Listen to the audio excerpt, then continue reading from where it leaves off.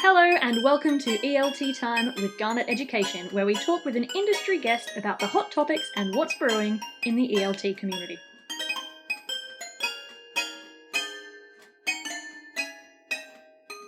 Hello and welcome to ELTtime. My name's Matt, and as digital manager here at Garnet, I've been put in charge of today's episode. You're about to hear me chatting with Nik Peachey about some of the cool stuff you can do with digital tools in the ELT classroom. I hope you enjoy. My guest today is an award-winning ELT writer and course designer, educational trainer, blogger, international conference speaker. He is a leading authority on all things EdTech and ELT, and his monthly newsletter provides subscribers with an array of useful apps and online resources for use in the English language teaching classroom. He is the winner of 2 British Council ELTon Awards, the Award for Excellence in Course Innovation in 2012 and the Award for Innovation in Teacher Resources in 2016. So welcome to the podcast, Mr. Nik Peachey. Thank you. Great to be here. It's a pleasure to have you on. So why don't we start with those ELTon Awards? The one in 2012 was for course innovation. What was that all about? That was for a blended learning in ELT course that I developed for Bell Educational Services, and that was a course for teachers and helping them to build their own blended learning courses or course materials. Mm-hmm. So this term blended learning, what do we mean by that? It's a term of art that gets thrown about quite a lot. How would you define that? It does get thrown about quite a lot, and often very confusingly, when really it's something that's really very simple. You know, if you're doing some form of learning within your classroom and you're giving your students some form of learning to do online or on a computer or on a digital device at some stage, then you're doing some blended learning. Sure. So it's most simple level. That's basically all it is, doing some sort of a blend between some learning face-to-face and some learning through sort of digital or online resources. But of course, you know, on the more complex level, there are different ways you can configure that learning and different ways the relationship between what you do in the classroom and what you do online can relate to each other and build learning. So you get from that things like flipped learning emerging, which is, you know, basically getting students to go away first, work through some instructional materials to learn something, and then come into the classroom to sort of practice it. So, you know, that's a sort of different way that you can apply a different paradigm of learning onto blended learning. Sure. So in 2012, was blended learning an emerging idea, or was this already something that was quite well established? I don't know. I mean, I think blended learning's been around for quite a while. You know, I've been doing it, I guess, myself in some form since, this makes me sound really old, since the last century. You know, back in the late 90s, you know, I was sort of messing around with online platforms and sort of, you know, to support my face-to-face classes. Sure. I guess as soon as the internet arrived, it became a tool to be exploited in some way. Yeah, that's right. But it seems to have been picked up as a bit more of a buzzword more recently, and I think that's because it's making greater inroads into sort of things like corporate training these days and sort of more mainstream education. It seems to be becoming a lot more popular there. Sure. Interesting stuff. And what about the innovation in teacher resources in 2016? What was that? That was for a book that I self-published. I had an idea. I'd had an idea for ages to write a digital book rather than a paper-based book, and I crowdsourced some funding to help me get some time to write it using a platform called Indiegogo. I raised about £5,000 or £6,000 and then took a few months off theoretically took a few months off to write this book, nice. Which turned into actually probably nearer 6 or 9 months it took me to write it in the end. And it was 400 pages long. It was a digital book designed for the iPad, and it had videos and video tutorials built into it and lots of example lesson plans and resources and things like that. Very nice, very nice. So it's 2012, 2016, by my maths, that makes you due another ELTon next year. Have you got anything? I have entered something, yeah. I've just finished a book called Hacking Creativity, which I've entered this year. Well, I say I've finished the book. I don't know if any of my books are ever really finished. I mean, which is one of the great things about digital is that you can keep, you know, adding and changing things, and it's very easy to sort of just push it live and give your customers a new copy. Yeah, for sure. I find that as digital manager at Garnet as well. When we have a book we need to update, it's much easier to update the ebook version than it is to the print version. If you've got 5,000 print copies, you're kind of already distributed around the world, then that's a problem. Yeah, precisely. That's great. So that kind of segues nicely into your kind of, I should say, for the benefit of the listeners. So we there's a book called 21st Century Skills in the ELT Classroom, which is due out from Garnet Education in early 2020. And Nik wrote chapter 2, which was all about kind of focusing on creativity and innovation through the medium of ed tech and the internet and apps and so on. So do you just want to talk more to start with sort of generally about creativity and innovation and the relationship between those things and the internet? Yeah, I mean, I think creativity, I mean, it is something that I've been interested in for a while. Obviously, I've just done another book in creativity, and I've co-edited 2 books with Alan Maley for the British Council on creativity in the English language classroom and sort of creativity and the sustainable development goals. So, it's something that I'm very interested in. I sort of come from what I feel is a creative background. My original degree was in music, and I majored in jazz guitar and jazz improvisation. Interesting. So, I feel that, creativity has been a very rich and rewarding part of my life. But I think, creativity also is becoming so much more important now as well, with the move towards things like AI and robotics in the workplace. We could see computers and robots taking away a lot of the mainstream jobs. So, creativity is up there with, if you look at the World Economic Forum, their top 10 skills for employability over the next 10 years, creativity and innovation are up there as, I think creativity is number 3 in the in-demand skills if you want to sort of keep your job. So I think, creativity is very important. And I think a lot of people are made to feel that they're not particularly creative. And I think maybe that's something that comes from school as we sort of get pushed into sort of different forms of learning and being told what we need to know. Or maybe that's something that just comes from life. But I think there is this expectation that sort of creativity or creative people are these kind of geniuses that have this magic idea within a moment and sort of produce wonderful music or a beautiful artistic picture. And I think that's not the case. I think the reality is, creativity is a process that you have to work through. It's hard work, and there is a process there that anyone can go through to make themselves more creative. And I think, that's very important, and putting a lot of pressure on students or high expectations on them that they should create some great work of art or something amazing is maybe a bit too much. But, we can get students to be creative in the ways they use language. And I think technology is great at helping students to sort of channel that creativity as well. With different apps or different tools, some of the things that I've written about in the book, you can come up nowadays with something that's very sort of high quality and polished, using simple free apps that are on your phone or web-based apps. So, I think that's something that we should be steering our students towards a lot more. Interesting and inspiring in a way that there's now kind of the arena and a forum possible for students to be able to use all these tools and get creative. And I guess it's a question of kind of creating structures within which people can be creative, right? From a teacher perspective. Yeah. I mean, there are a few nice books on sort of creative process. Usually, they're kind of sort of aimed at people who work in sort of start-up companies who are busy trying to produce ideas that they can market and products that they can market. But there's a creative process that you can go through, from understanding your problem, brainstorming possible solutions to it, evaluating those solutions, getting feedback on them, taking the feedback and seeing how you can change the ideas that you have, and working through to a product, or whether it's a work of art or whether it's something you produce in the classroom, or a story, or just a play, or the answer to a project. If we understand this process and take students through this process, then they're much more likely to produce something that's very good.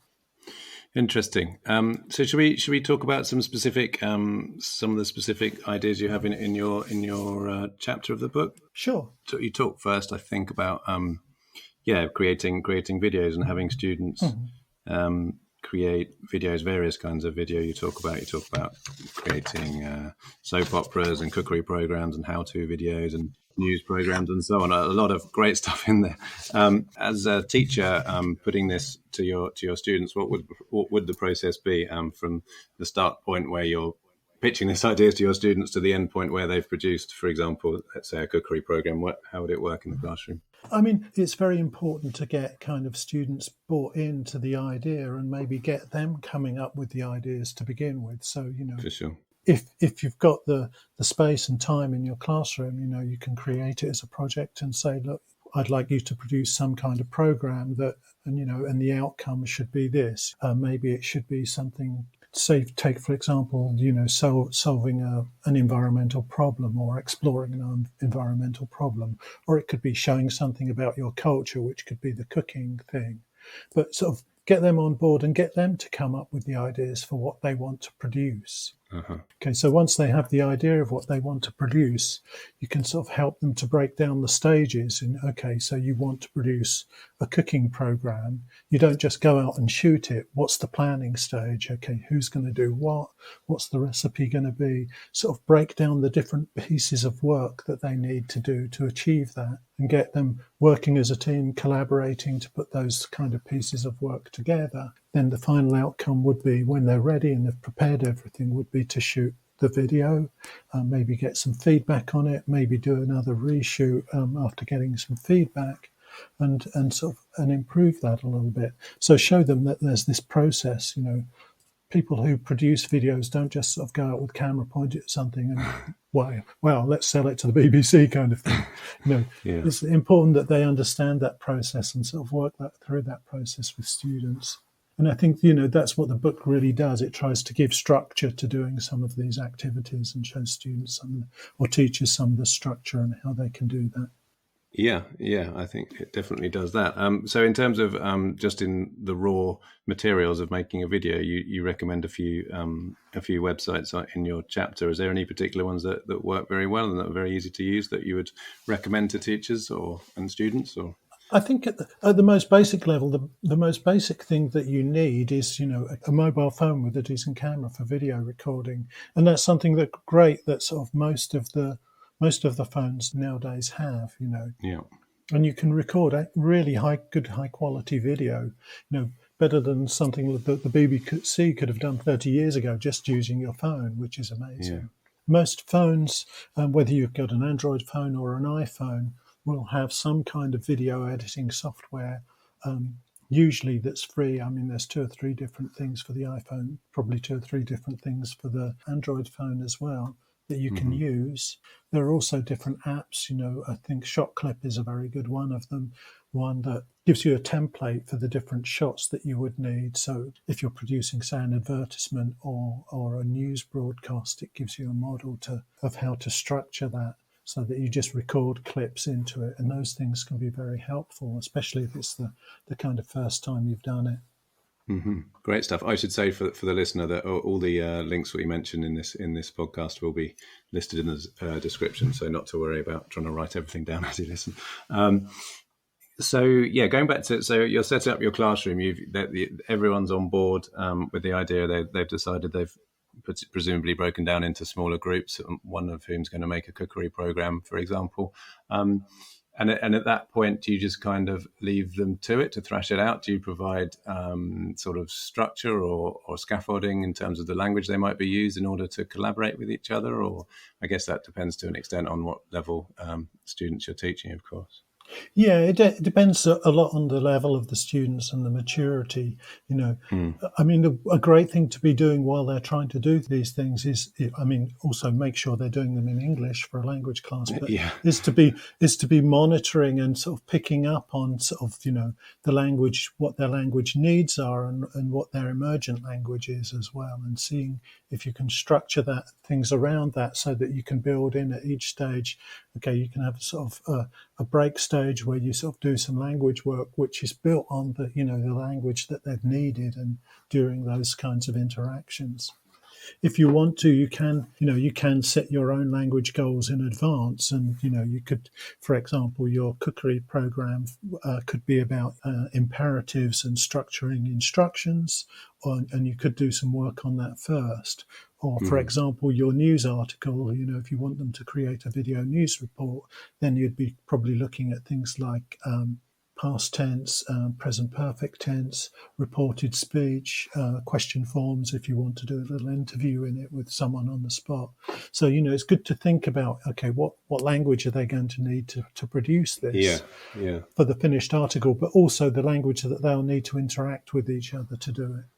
The kind of functional collaborative language, because this is when I taught English a very long time ago, and I was taught present all the language they'll need for the end application at the start, drill that, and then away they go at the very end of the 40-minute lesson, go away and do what was called in parlance at the time the application for 10 minutes, where they talked to each other through their favorite recipe or something. But kind of overlooked the functional language you need in order to kind of brainstorm and organize and schedule things, and all that kind of functional good stuff that rarely finds its way into textbooks. Yeah, and potentially the digital skills that they need to develop while doing that.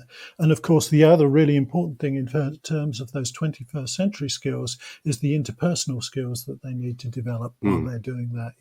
To agree and negotiate on different things and things like that. Really think about how well they're doing those things and whether you can improve and help them do those things a little bit better. Yeah, that's interesting. That sort of touches on something else that I'm interested in this. These ideas are wonderful, and I could visualize them working very well in certain classrooms, but I could also see on some level perhaps that it would favor the outgoing, confident student, and I can imagine the shyer, more retiring student kind of being a little bit intimidated at first, can I say, by this kind of collaborative, getting involved, getting your hands dirty, trying out language, and being prepared to fail, etc. Yeah, and I think it's important that even more confident students know that in order to be an effective collaborator, you need to get sort of diversity of opinion, and you need to be inclusive. And those are things that maybe if you're very confident and outspoken, that you need to work on. You need to work on how you get other people's opinions, because going back to those 21st century skills again, that's really important. And probably when they go out into the workplace, they're going to be faced with a much more diverse workplace, more so in the future than now even, and they need to know how to involve people and and be a good leader when it comes to it. And are those things that you would explicitly teach, or is it something that you would watch and feedback on as task-based stuff progressed? I think I'd be watching and feeding back on it, but those I think there is also space for explicit learning about those kinds of things, and sort of highlighting the importance of those kinds of skills as well.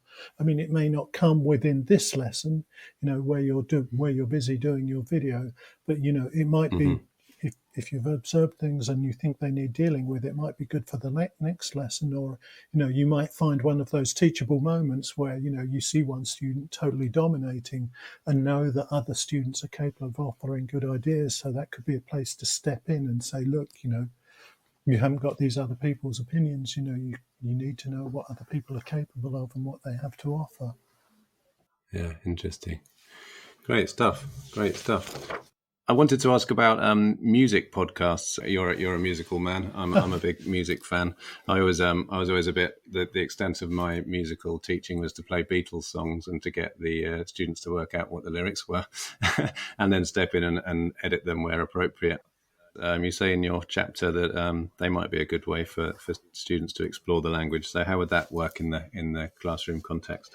Yeah, I mean, I think, lots of students, most students like music or like songs, and, learning about songs and learning songs is a great way to improve your listening and your pronunciation. And if students have a favourite song, that's in English, they can sort of do some research about it and produce a podcast about it. Look at the background to the band, who are the band, what are they singing about, why does it appeal to them? It doesn't necessarily have to be a song in English. They could actually pick a piece of music that they like from their own culture or their own language culture, but produce the podcast in English to tell people about it. Most people who have songs that they love have some kind of association. I have songs that I hear and they remind me of something, or they take me back to a specific place. And getting students to think about the associations that they have with music and share those associations, that's a great thing to get students motivated about and talking about. And music is a great motivator in that way, I think. Interesting stuff. And we wouldn't necessarily get the students to play the songs themselves. It would just be about using the song as a jump off point for various explorations of their own associations. Yeah, I think they don't have to play it or learn it, but they could sing it together if they want to. I mean, much as I studied music, I have never taken my guitar into an English language class and got my students to sing.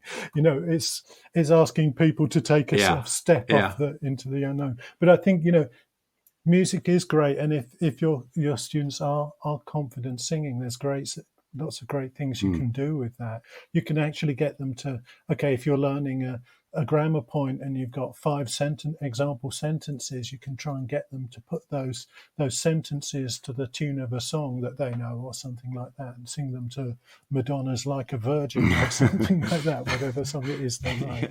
But I think music is a very sort of good way to open up people's creativity and sort of getting them to listen more, and I think bringing in different kinds of music, not just English songs, but sort of different kinds of classical music or music from different cultures, and exposing students to it and getting them to listen more, I think is a great way to sort of open them up to and open their creativity up, open them up to the world, Yeah, no.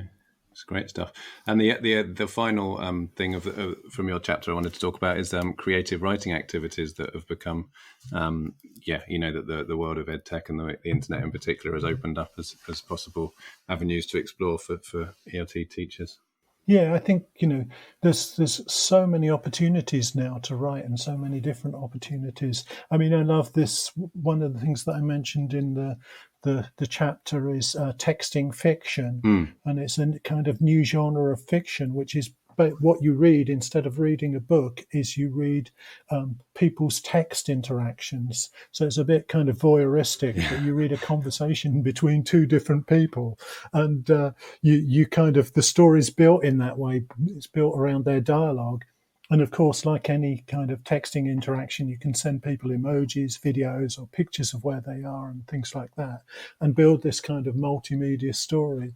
And there are a few recommendations for tools in the book about how you can do that. And I think it's a nice way of building fiction, but it's also a nice way of presenting new language as well. Putting it into a dialogue between two people. Usually the app that I use, once you've created the dialogue, it produces it as a video, so that they watch the dialogue evolve by watching this video and read through it at the same time. So it's a kind of nice way to present language in a reading activity. Definitely. You can see the possibilities there are almost endless. Yeah, I see. I've never actually done that text story thing. I've been advertised at me with sort of horror stories. You need to get out of the room now. What are you talking about? You're scaring me. That kind of thing. Yeah, that seems to be the one. There are two prominent genres. One is the horror story kind of thing, and one is the romance kind of thing. Maybe it's that's the teen area, but they do seem to be predominantly that. But I did write one for a course that I developed, which was sort of a customer service one. There was a guy, texting in to a help desk to try and get some help with his phone. The screen had broken, and the customer service person had to sort of handle his complaint and deal with his anger and things like that. Interesting. So, there are some quite constructive things that you can do with it. Because that's an area now, isn't it? These days, very often you're dealing with customer service people via a chat box rather than on the phone. So, yeah, that's a whole new area of language. That's right. And going back to those, the World Economic Forum and those top 10, employability skills, one of the top 10 was customer service orientation, and, how to give people what they need or to help support people. So that's, some way to develop that as well. Yeah, interesting. That's great stuff. So you've talked quite a bit about some of the opportunities and the strengths of using tech in the classroom, what works well. I'd like to focus a bit on what sort of pitfalls teachers might avoid when it comes to using apps and the internet in the classroom.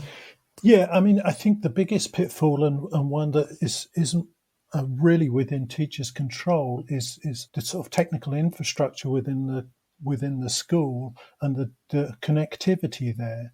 Where most teachers actually fail, it's not through no fault of their own. It's because they're being asked to use technology in the classroom and the school hasn't provided sufficient connectivity to get students onto the Wi-Fi very easily, very quickly, and to have sufficient connectivity so that things work. And this is a real disaster in many cases. There are schools that I've been to do training where, you get 10 people onto the internet and it collapses. That's never going to be successful for teachers, and you're setting teachers up to fail. So, you have to be sure the infrastructure's there first.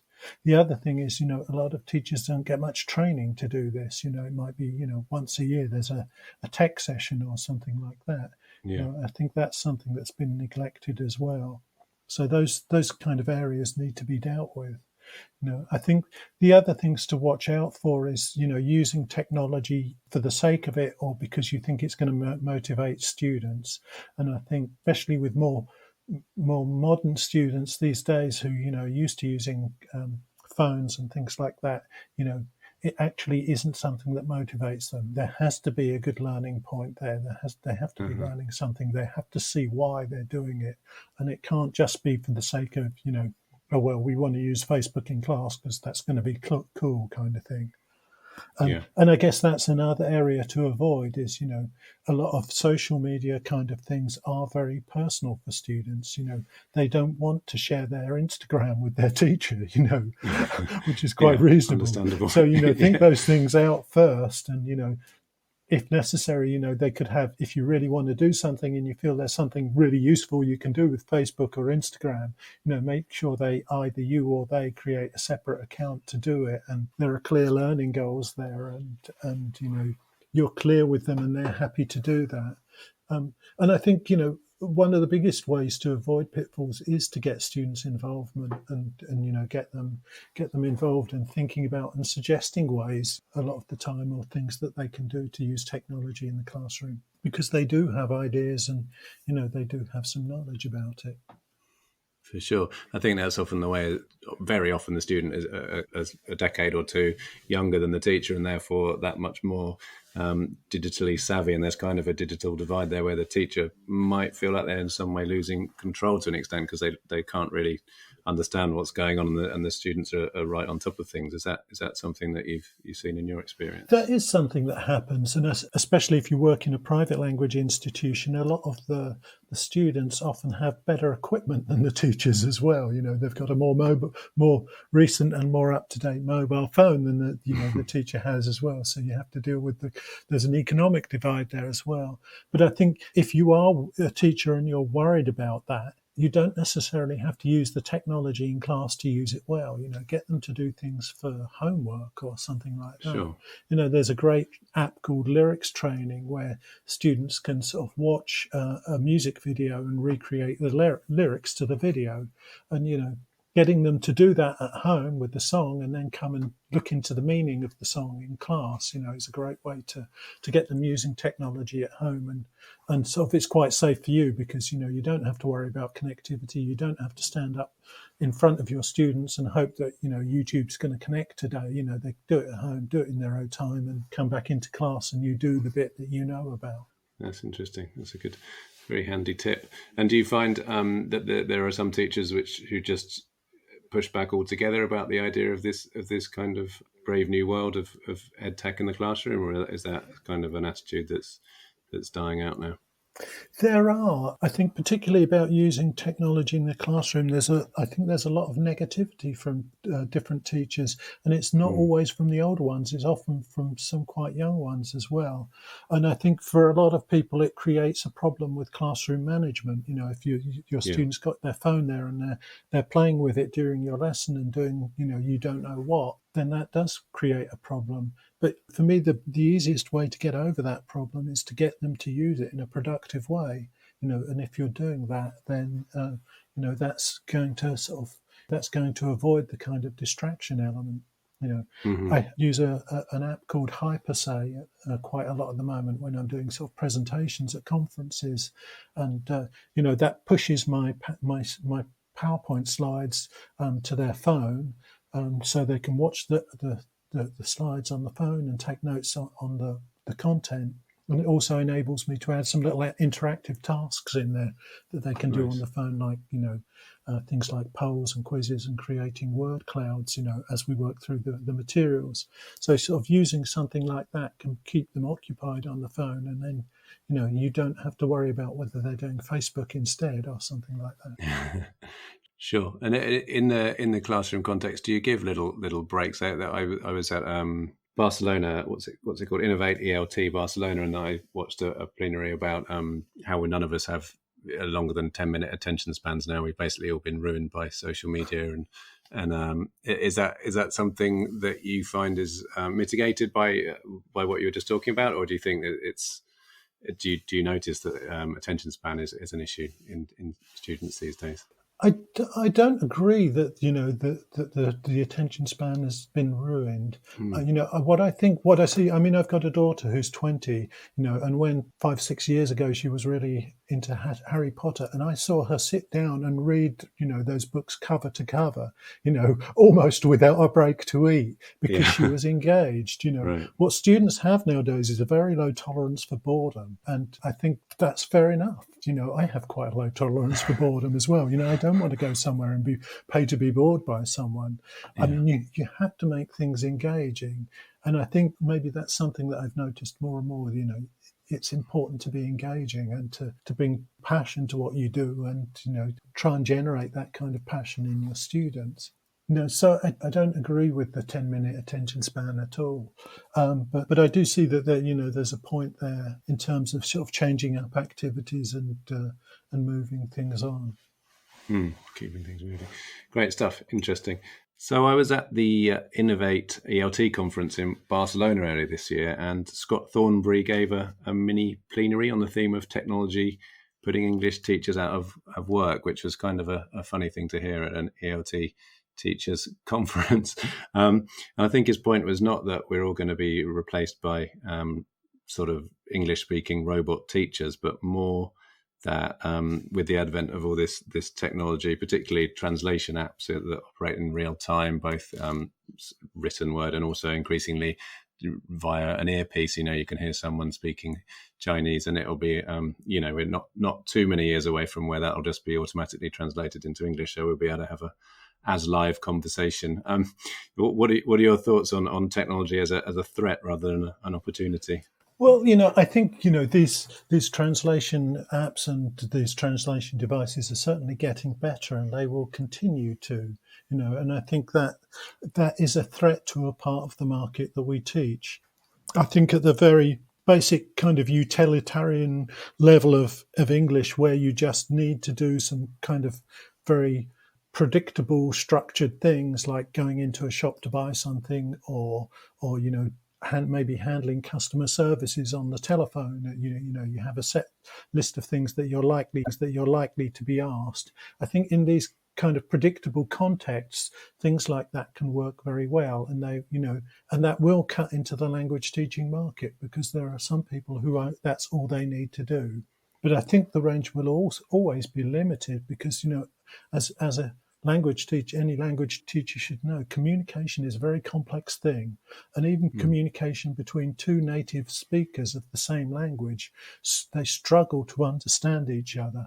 And there's this constant process of checking that you've understood, asking questions and things like that goes on in order to sort of mend and fix communication as you go. It's also not entirely dependent on understanding the words that the person's speaking. A lot of communication comes from body language, elements of paralinguistics and things like that. And so I think, there's still, the translation software's still got a long way to go to sort of help you cope with those things. And I think the other thing is, my wife, for example, is Venezuelan, and so I would hate to have to communicate with her through an app. Luckily she's a very good English language speaker, but there are relationships that you don't want to have through an app. And I think using the app, it's a bit like, as somebody who studied music, I always relate it to like Guitar Hero, these sort of Wii computer games that you can get where you can sort of plug in a screen, listen to the music and sort of press some knobs on sort of plastic guitar. And theoretically you're playing. For some people, that's great. That's enough for them. They feel like they're playing the guitar. They'll hear the applause. That does it for them. But, for me, that would never be enough, and I think language is the same. There are still going to be people who really want to be able to speak the language and to understand each other and, and to read the book in that language. It is not going to wipe the market out. It may take away some of it, as I say, at the utilitarian level, but I think there's still going to be a market for language learning. And I think that is a really nice note to finish on. So I'd like to say one more time a really big thank you to Nik Peachey. Thank you. And thank you all for listening, and we'll see you next time. Goodbye. And that's it from us today. If you'd like to get in touch or to see our latest updates, you can find us on Twitter, Instagram and Facebook at Garnet Education, or head to garneteducation.com/podcast for show notes and information about today's guest. Thanks for listening!